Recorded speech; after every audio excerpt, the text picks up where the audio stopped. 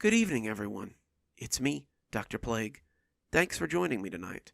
I just want to pop in before the story begins and let you all know that tonight's story contains talks about depression and suicide, and about dealing with one's own personal demons.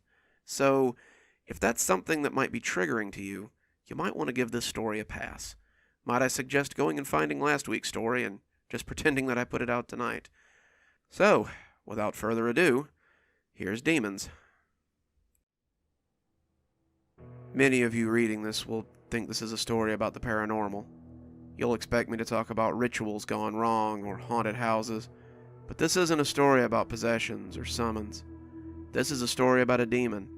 I've struggled with him ever since I was very young. This is a story about a demon that I'm afraid will be the death of me. My parents told me there were no monsters. They told me there were no boogeymen, no creatures in the closet, no ghosts in the old house I would cringe away from as we walked past them. They told me there was nothing from the stories that could get me. In a way, they were right. But I also know that they were very wrong.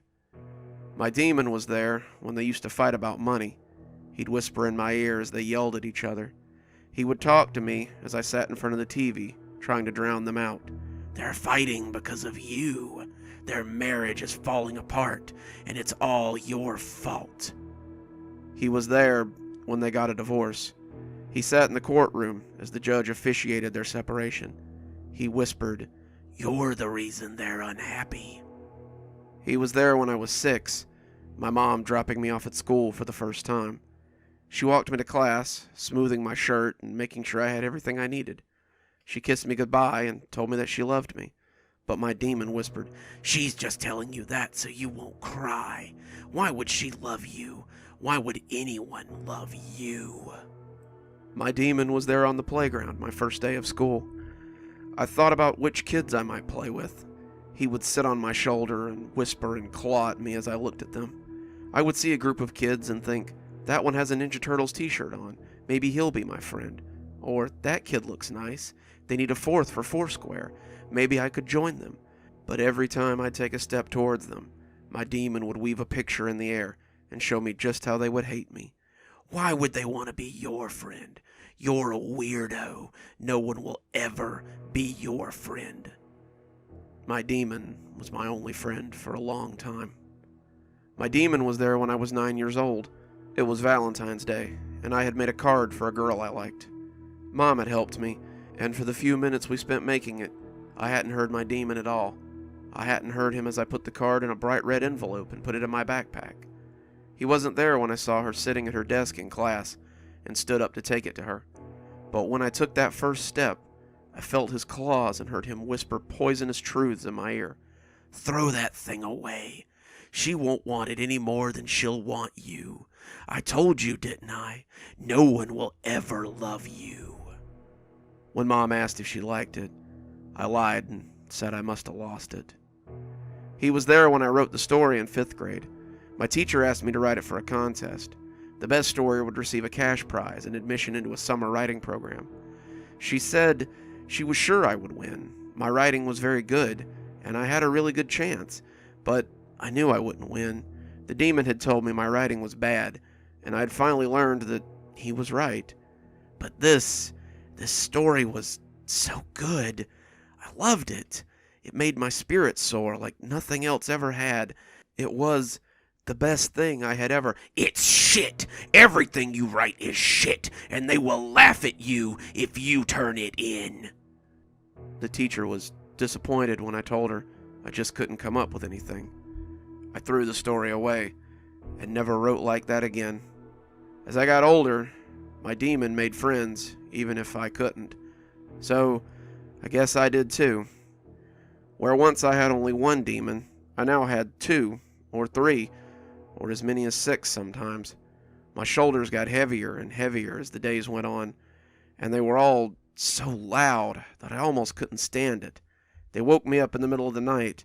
They rode me like a cart horse throughout the day, and their words cut deeper and deeper as time went on. Why would you even bother going out for sports? Your father left because you Why were would they a want to be failure. your friend? That's not the answer, He's so stupid. much better Don't than you you. know anything? That's why he won. Failure. She won't want you. Loser. Best just not even to try. Idiot. Then, one night, I really gave them something to talk about. Didn't even cut deep enough. You can't even kill yourself right. Boy, you sure are a failure. Luckily, I hadn't cut deep enough, and Mom found me before I bled to death. I spent a week in the hospital, and then 6 months in a psychiatric facility. They gave me pills and sent me to therapy, and as I got better, they said the treatment was working. They were wrong. Having something to make the voices softer, as well as people to talk with who weren't demons, did make me feel better, but the treatment wasn't all of it. Lisa was the reason I got better. She was a volunteer at the facility. Her accelerated program required her to have a certain amount of volunteer hours, and she had chosen to sit with at-risk patients as they recovered. She was so kind, so pure, and I started seeing a lot of her around the facility. She was shy at first, but I began to notice that she came to visit me more and more often. We would talk about anything, really. Popular movies, books, music, TV shows. Anything to take my mind off the demon, who still haunted my days and nights. I began to notice that when she was around, the demons weren't so noisy. I began to notice that when she was around, I smiled more and felt better about my life. I liked the feeling of not being nervous or sad all the time. The day I was released was the lowest I'd been in months. Most people are glad to be released from the hospital, but I just knew that by the end of the day, I'd be back where I was again. Without Lisa, I would never know a quiet moment from the demons that tormented me, and as my mother drove me home, I figured I'd be dead within a week. I walked inside, going to my room and just waiting for them to creep up on me again. The noise from my phone probably saved my life that day. It was Lisa. She had tracked me down through Facebook and wanted to know everything. How was I doing? How was I adjusting? She was so sorry she had missed me. Her mom hadn't gotten there on time, and she had really wanted to give me her number so we could stay in touch. My breath caught in my throat, would I like to hang out sometime? We hung out every chance we got, and the closer we became, the better my mental health became. Soon we were dating. Soon we were talking about moving in together after high school. Soon we were talking about being married and starting a family and living our lives together. I was happier than I had ever been, and for once, my demons were quiet. They tried, of course. They would whisper to me about how Lisa was too good for me, about how she was cheating on me, lying to me, only with me because she felt sorry for me. But I didn't believe any of them. I bought a ring the day before she graduated from high school, and was preparing to give it to her that night. But when I got to her house, everything changed. She had gotten a letter from a school in New York. Full scholarship, paid housing, the curriculum of her choice. She could be whatever she wanted to be. But with my poor grades and history of mental health, I couldn't be anything. "Except a burden," whispered a familiar voice. The demon was there when she promised she'd keep in touch. She was excited, and I tried to be excited too, but I guess I didn't do a good enough job. Big surprise there. I never do a very good job. She assured me that she would call me every day, that she would Skype me all the time. We would text and email, and she would be there for me whenever I needed her. "More like whenever it's convenient for her," whispered an all too familiar voice. I tried to be optimistic. My demon was there when I helped her pack. He was there when I went to the airport to say goodbye. He was there as I stood in the terminal and watched her plane fly out of my life forever. "Good riddance," it said as it sank its claws into me again. "She was just leading you along anyway. I told you that I was the only one that would ever really love you, didn't I?" I tried not to listen. My demon was there for the next 6 months as I tried to live without her. He was there when we talked, making our conversations awkward and stilted. And afterwards, he was there to assure me that she hadn't meant a word of it. She had to go be with people she actually wanted to see instead of spending all her time with a lost cause like you, he said as I lay awake at night. My demon was there the times when she couldn't answer my text, couldn't take my calls, was too busy to video chat. She was busy. She said she had to do some work, but that she would call me as soon as she was done, and she was so sorry she didn't have more time and couldn't wait to see me again. I assured her that it was fine and I would just get up with her later. But my demon capered as I lied to her. Listen to her. She lies with every word. She doesn't want to see you. She never wanted to see you. But now she feels bad and has to keep up the act just in case she can't do any better than worthless trash like you. My demon was there for me on the nights I cried myself to sleep. My demon was there when I felt too depressed to get out of bed. My demon was there when my job called to let me know I was fired for missing so many days in a row. My demon was there when my mom yelled at me for losing my job. My demon was there when I fought with her, yelling at her to stay out of my life. My demon was there when I packed my things and left her house as she cried and screamed on the front step. My demon kept me warm that night as I slept under the overpass in my car. Lisa was frantic when she called me. I had to go back. I had to apologize. I had to talk with my mom and get back to a good place. If not for her or my mom, then for my own mental health. She said it as she cried. She almost sounded convincing. Almost sounded like she cared. I knew she didn't. No one cared. Not my mom, certainly not my dad, wherever he had wound up, and especially not Lisa. She just wanted me to stay trapped there so she could come back and see me, make herself feel good about all the charity work she did with me. She just wanted a pillar to prop herself up on so she could feel better than everyone else. My demon told me all these things as I lay shivering in the back seat of my car, and now they all made sense. I didn't even tell her goodbye. My demon was there when I threw my phone into the ditch. My demon's here now as I sit in the back seat with the gun in my mouth.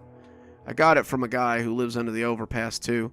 He offered to sell it to me for protection before I realized what I needed protection from was right in front of me. His price was a little more than I was willing to pay, but I knew I needed it if I was going to stop hurting. He did things to me, bad things that were made all the worse as my demon told me how much I deserved them. He sat on my shoulder as this disgusting man violated me and told me that this was my purpose. You're only good for being used, just something for other people to use and abuse until they're done with you and ready for something better. Lisa, this guy, even me, 'cause once you're gone, I'll just find someone else. There are millions of people just like you, and all of them are just waiting to hear the good news from yours truly.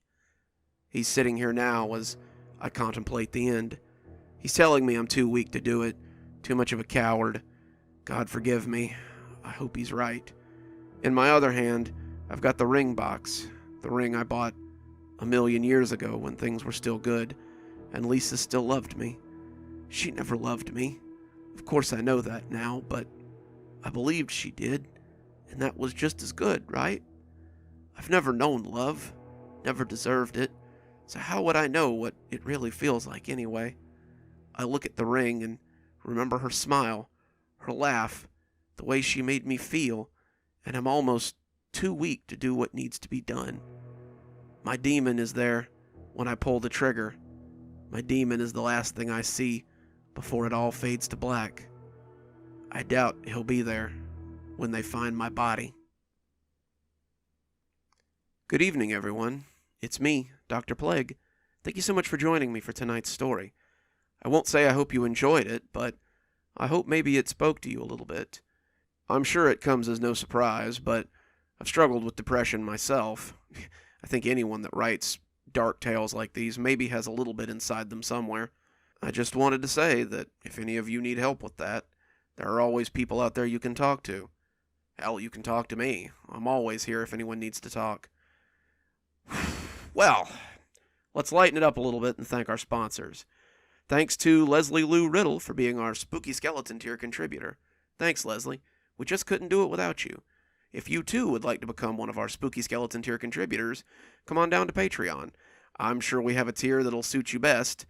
This really isn't the sort of story that I like to put plugs in, but, it's part of my Patreon tier to thank them at the end of every episode, so I'm not going to check it out now. So, until next time, Dr. Plague, signing off. Have a wonderful evening, and please, take care of yourself. You're more special than you know sometimes.